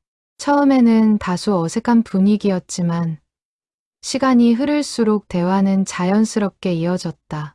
지민은 연옥에게 이런저런 질문을 던지며 그녀를 알아가기 시작했다. 아주머니는 어떻게 세탁 일을 시작하게 되셨어요? 연옥은 시어머니에게서 가게를 물려받게 된 사연을 담담히 들려주었다. 지민은 그 이야기를 들으며 연옥이라는 사람에 대해 조금씩 마음을 열어갔다. 그녀는 문득 깨달았다. 이 여인 역시 자신의 아버지처럼 오랜 세월 슬픔을 견디며 살아온 사람이라는 것을. 식사가 끝날 무렵 지민이 조심스레 입을 열었다. 아주머니, 저 하나만 여쭤봐도 될까요? 연옥이 고개를 끄덕이자 지민이 물었다. 아빠 셔츠에 왜 그렇게 정성을 쏟으셨어요? 다른 손님들 옷도 다 그렇게 다루세요. 연옥은 잠시 미소 지으며 답했다. 모든 옷에 정성을 다하려 하지만 지민 씨, 아버님 셔츠는 좀 특별했어요. 그 옷을 다루는 아버님의 손길에서 깊은 사랑이 느껴졌거든요. 그런 마음이 담긴 옷을 함부로 다룰 수는 없었어요. 그녀의 대답에 지민은 다시 한번 눈시울이 붉어졌다. 태호는 그런 두 여인을 바라보며 마음 깊이 감사함을 느꼈다. 식당을 나서며 지민이 문득 걸음을 멈추고 말했다. 아빠, 엄마 기일에 저희 다 같이 가면 어떨까요? 아주머니도 함께요. 뜻밖의 제안에 태호와 연옥 모두 놀란 눈으로 그녀를 바라보았다. 괜찮으시겠어요? 연옥이 조심스레 물었다. 지민은 고개를 끄덕이며 옅게 웃었다. 엄마도 좋아하실 것 같아요. 아빠 옆에 좋은 분이 계시다는 걸 아시면요. 그녀의 말에 연옥의 눈에서 다시 눈물이 흘러내렸다. 태호는 딸의 어깨를 가만히 감싸 안았다. 세 사람은 그렇게 눈 내린 거리를 나란히 걸으며 저마다의 슬픔을 넘어 새로운 가족의 형태를 조심스레 그려나가기 시작했다. 밤하늘의 별빛이 유난히 따스하게 세 사람을 비추고 있었다. 집으로 돌아가는 길, 태호는 문득 걸음을 멈추고 두 사람을 번갈아 바라보았다. 오늘 같은 날이 올 줄은 몰랐습니다. 그의 목소리에는 벅찬 감정이 묻어 있었다. 지민은 아버지의 팔짱을 끼며 장난스레 웃었다. 아빠, 이제 저도 아주머니한테 가끔 놀러 갈 거예요. 요리도 좀 배우고요. 그녀의 밝은 목소리에 연옥과 태호 모두 오랜만에 마음 편한 웃음을 터뜨렸다. 눈 쌓인 골목길을 따라 세 사람의 발걸음이 나란히 이어졌다. 그것은 마치 오래도록 흩어져 있던 조각들이 마침내 제자리를 찾아가는 듯한 그런 평온한 풍경이었다. 봄이 찾아왔다. 세탁소 앞 은행나무에는 어느새 연두빛 새순이 돋아나고 있었다. 겨울 내내 얼어붙어 있던 거리에도 따스한 봄볕이 스며들었고 그것은 마치 연옥과 태호의 관계를 상징하는 듯했다. 두 사람은 이제 예전보다 훨씬 편안하고 자연스러운 사이로 발전해 있었다. 화요일마다 이어지던 셔츠 심부름은 여전했지만 이제 그 시간은 짧은 인사가 아니라 오래도록 이어지는 다정한 대화로 채워졌다. 지민은 그날 이후로 종종 세탁소에 들르곤 했다. 처음에는 아버지를 보러 오는 것이었지만 이제는 연옥과도 제법 가까운 사이가 되어 있었다. 아주머니, 이 얼룩은 어떻게 지우신 거예요? 지민이 호기심 어린 얼굴로 물으면 연옥은 친절하게 세탁의 요령을 알려주곤 했다. 두 여인 사이에는 어느새 딸과 어머니 같은 다정함이 자라나 있었다. 태호는 그런 두 사람의 모습을 지켜보며 종종 마음이 벅차올랐다. 잃어버렸다고 생각했던 가족의 온기가 예상치 못한 방식으로 다시 채워지고 있었다. 서희의 기일이 되던 날, 세 사람은 함께 봉안당을 찾았다. 지민의 제안대로 연옥도 동행했다. 그녀는 서희의 사진 앞에서 조심스레 고개를 숙이며 마음속으로 인사를 건넸다. 처음 뵙겠습니다. 그리고 감사합니다. 그녀는 서희가 남긴 사랑이 지금의 이 인연을 만들어 주었다는 것을 알고 있었다. 태호와 지민도 나란히 서서 오래도록 서희를 추억했다. 그 자리에는 슬픔보다는 따뜻한 그리움이 자리하고 있었다. 세 사람은 함께 준비해온 꽃을 놓으며 각자의 방식으로 서희에게 안부를 전했다. 돌아오는 길, 지민이 문득 입을 열었다. 아빠, 저 사실 얼마 전부터 생각한 게 있어요. 태호와 연옥이 그녀를 바라보자 지민이 조심스레 말을 이었다. 두 분 이제 정식으로 만나셔도 되지 않을까요? 저는 이제 정말 괜찮아요. 그녀의 말에 태호와 연옥은 서로를 마주 보았다. 오랫동안 마음속에 품어왔지만 쉽사리 꺼내지 못했던 말이었다. 태호는 딸의 손을 꼭 잡으며 고맙다는 말을 몇 번이고 되풀이했다. 몇 주 뒤 태호는 오랜 고민 끝에 연옥에게 조심스레 청혼했다. 화려한 이벤트도 값비싼 선물도 없는 소박한 자리였다. 그는 정성스레 다림질된 그 낡은 셔츠를 입고 연옥 앞에 섰다. 이 옷은 서희가 제게 남겨준 마지막 사랑이었습니다. 그리고 이제 이 옷깃에는 당신의 정성과 사랑도 함께 스며들어 있어요. 저와 함께 남은 삶을 걸어가 주시겠습니까? 그의 진심, 어린 고백에 연옥은 눈물을 글썽이며 고개를 끄덕였다. 네, 그럴게요. 당신과 함께라면요. 두 사람은 이듬해 봄, 조촐하지만 따뜻한 결혼식을 올렸다. 지민이 직접 자리를 마련하고 준비를 도왔다. 동네 사람들도 모두 진심으로 두 사람을 축복했다. 옥수는 눈물을 훔치며 연옥의 손을 꼭 잡아주었다. 연옥아, 정말 축하해. 이제야 내가 활짝 웃는 모습을 보는구나. 결혼식이 끝난 뒤 두 사람은 나란히 서서 오래도록 서로를 바라보았다. 지나온 시간의 아픔과 그것을 딛고 일어선 사랑의 무게가 그들의 눈빛 속에 고스란히 담겨 있었다. 세탁소는 여전히 그 자리를 지키고 있었다. 다만 이제는 고운 손 세탁이라는 간판 아래 두 사람의 이야기가 함께 담기게 되었다. 연옥은 여전히 매일 아침 가게 문을 열었고 태호는 퇴근길이면 자연스레 그곳에 들러 아내의 하루를 물었다. 지민도 종종 찾아와 함께 저녁을 먹곤 했다. 세 사람은 혈연으로 맺어진 가족은 아니었지만 서로의 상처를 보듬으며 진정한 가족이 되어가고 있었다. 어느 화요일 오후, 연옥은 여느 때처럼 태호의 셔츠를 다림질하고 있었다. 다리미가 지나갈 때마다 은은한 섬유유연제 향이 피어올랐다. 그 향기 속에는 이제 슬픔과 그리움뿐 아니라 새로운 사랑과 화해의 이야기도 함께 스며들어 있었다. 옷깃에 남은 향기는 사람이 살아온 시간의 흔적이라고 연옥은 오래도록 믿어왔다. 그리고 이제 그녀는 알고 있었다. 그 향기는 슬픔으로 끝나는 것이 아니라 새로운 사랑으로 다시 태어날 수 있다는 것을. 창밖으로 봄바람이 부드럽게 불어오고 은행나무의 새잎들이 햇살 아래 반짝이고 있었다. 세탁소의 종소리가 다시 한번 딸랑 경쾌하게 울려 퍼졌다. 그로부터 몇 해가 흘렀다. 세탁소 안쪽 벽에는 어느새 사진 한 장이 새로 걸리게 되었다. 세 사람이 함께 활짝 웃고 있는 사진이었다. 그 옆에는 여전히 연옥의 첫 남편의 사진도, 그리고 작은 액자에 담긴 서희의 사진도 나란히 자리하고 있었다. 두 사람은 먼저 떠난 이들을 잊지 않았다.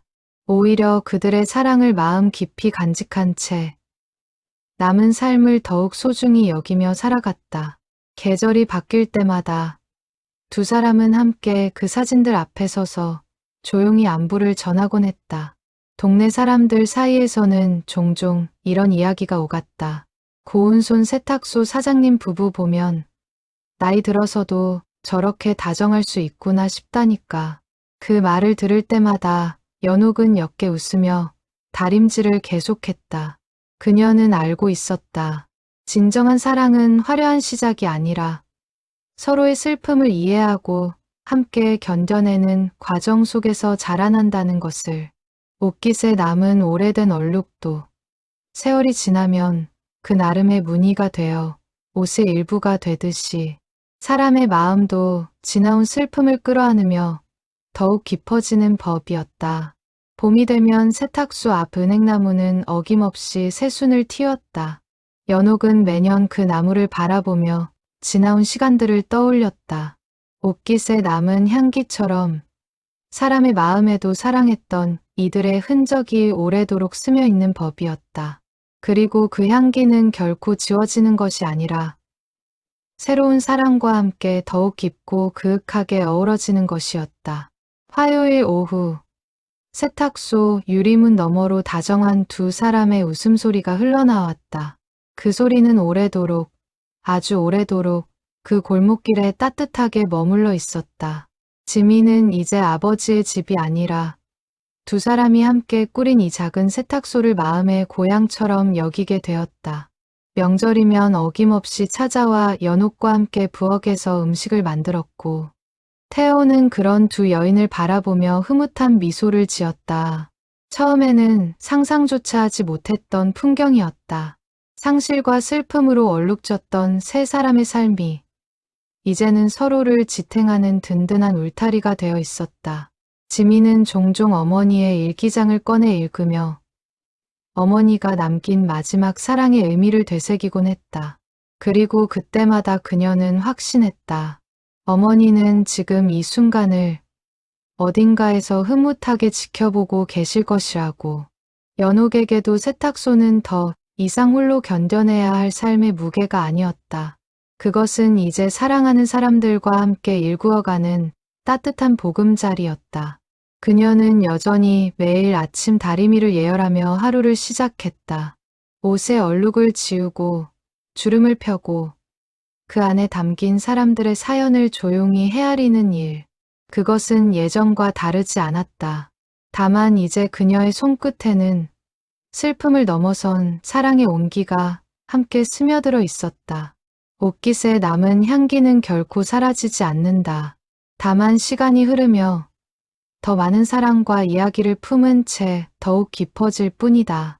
그리고 그 향기 속에서 두 사람의 이야기는 오래도록, 아주 오래도록 계속될 것이었다. 세월이 흘러도 고운 손 세탁의 간판은 여전히 그 골목을 지키고 있었다.